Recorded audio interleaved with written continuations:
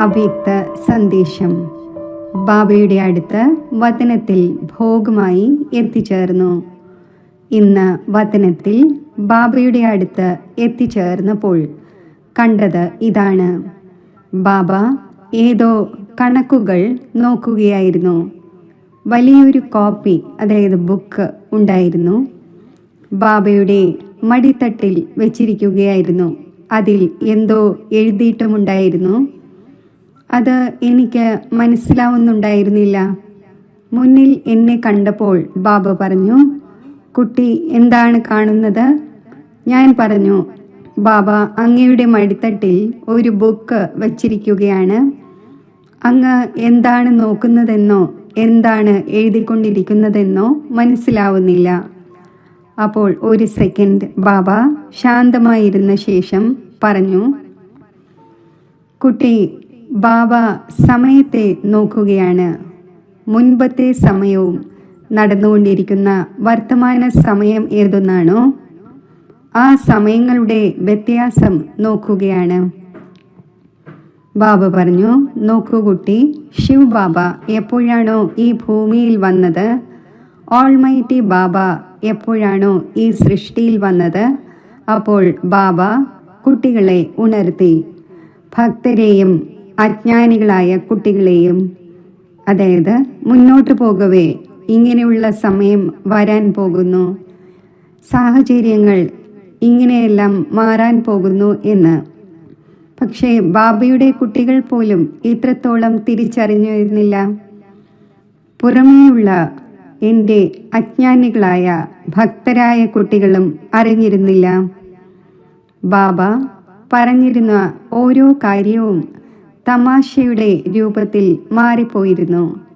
എന്നാൽ ഇപ്പോൾ സമയത്തെ കണ്ടുകൊണ്ട് ബാബ തൻ്റെ കുട്ടികളെ ഉണർത്തിക്കൊണ്ടിരിക്കുകയാണ്. എന്നാൽ ലോകത്തുള്ള കുട്ടികളും ഇപ്പോൾ ഉണർന്നുകൊണ്ടിരിക്കുകയാണ്. മുൻപ് ബാബ ഉണർത്തിയപ്പോൾ ഉണർന്നിരുന്നില്ല. എന്നാൽ ഇപ്പോൾ സമയമനുസരിച്ച് ആ ആത്മാക്കളും ലോകത്തുള്ള ആൾക്കാരും ഉണർന്നുകൊണ്ടിരിക്കുകയാണ്.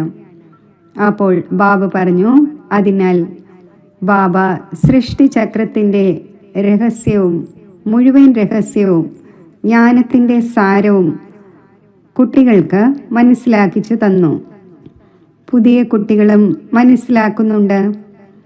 എന്നാൽ മുഴുവൻ സമയത്തെയും പരിതസ്ഥിതികളെ കണ്ടുകൊണ്ട് ബാബ പറഞ്ഞു, ഇപ്പോൾ സമയത്തിൻ്റെ സൂചന, അത് ബ്രാഹ്മണരായ കുട്ടികളായാലും ശരി, അജ്ഞാനികളായ ആത്മാക്കളായാലും ശരി, ലോകത്തുള്ള ആത്മാക്കളായാലും ശരി, എല്ലാവരും സമയത്തെ കണ്ടുകൊണ്ടിരിക്കുകയാണ്. സമയം എത്ര നിർണായകം ആയിക്കൊണ്ടിരിക്കുകയാണ്. പിന്നെ ബാബ പറഞ്ഞു, സമയത്തെ ശ്രദ്ധയിൽ വെച്ചുകൊണ്ട് ഓരോ ബ്രാഹ്മണനായ കുട്ടിയും സമയത്തിന് മഹത്വം കൊടുക്കണം, സമയത്തിന് വാല്യൂ കൊടുക്കണം.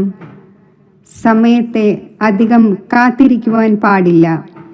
കാരണം വരാൻ പോകുന്ന സമയം ബ്രാഹ്മണ കുട്ടികളായ നിങ്ങളെ സംബന്ധിച്ച് വളരെ മൂല്യമുള്ളതാണ്. ലോകത്തുള്ളവർക്കും അങ്ങനെ തന്നെയാണ്.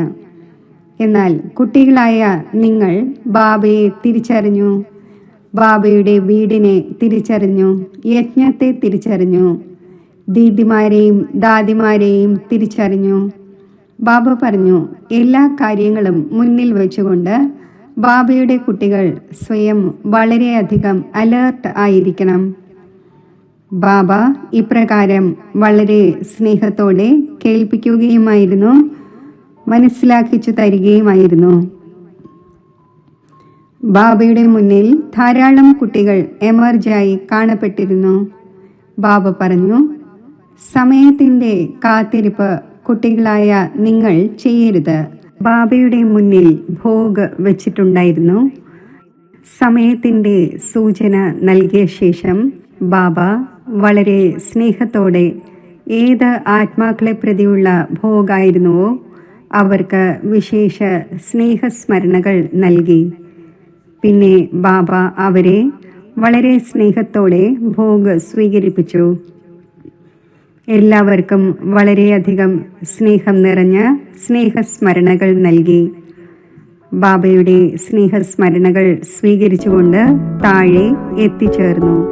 ഓം ശാന്തി.